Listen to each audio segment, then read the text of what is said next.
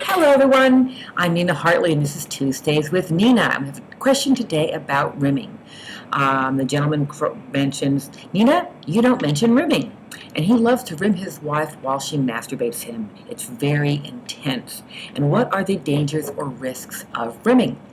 So, thank you so much for writing in, and I'm so glad that you and your wife have found a fun, hot thing to do that is not necessarily by getting your penis into her vagina. There's so many more things to do between couples, and you have found one of the most fun, which of course is external anal stimulation using the mouth, otherwise known as rimming or analingus.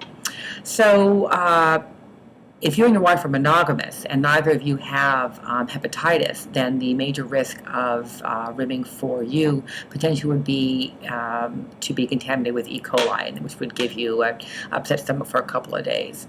The way to avoid this, of course, is to wash the anus thoroughly with warm soapy water, and with the washcloth, take your finger or her finger and just sort of clean out the last final inch of the anal canal where a tongue tip would go, and you'll be pretty much good to go. So not a lot of danger there.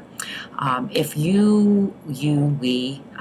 are rimming someone you don't know and don't know the either the HIV status of or the hepatitis status of, you can create the sensation of rimming without using your actual tongue, and that would be put on a glove, put some lube on the glove, and with the anal sphincter just tickling it and stroking it.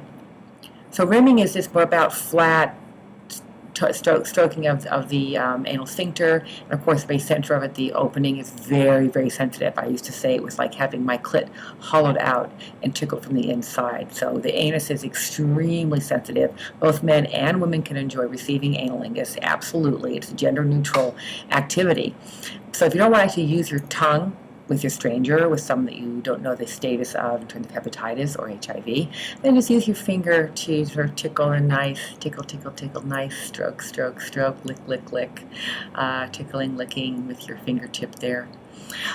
Or you can use a glide dam, which is a condom-thin sheet of latex about this big, designed for safe analingus and cunnilingus. Or you can create a wonderful dental dam using a condom.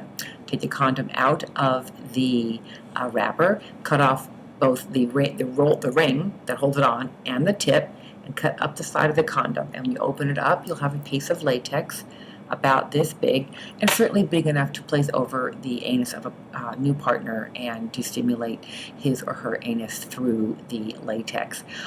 That can be hard to hold in place, so if I'm with someone I don't know, and again I want to approximate the sensation of analingus without actually using my tongue, I'll put on a glove and just do the external tickling, stroking, pseudo-licking, and that way I am completely not at risk of anything. And then of course, as soon as you're done touching the anus, you pull off the glove inside out, toss it away, and move on from there.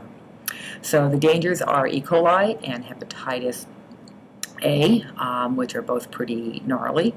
And if you and your wife want to get tested for hepatitis, you probably don't have it, go ahead and get tested. And while you're at it, go ahead and get vaccinated for hepatitis A and B. It's just one of those things that's not a bad vaccination to get. So it's safe analingus at home and safe analingus or analingus adjacent with people that you only just met. If you don't know the person, you don't know their disease status, absolutely always, of course, use barriers for analingus, or use your finger instead of your tongue to tickle the outside. I'm Nina Hartley. This has been Tuesdays with Nina. You can send your questions to me, tuesdayswithnina@gmail.com, and Miss Victoria will send them on to me. Until next week, be happy, be sexy.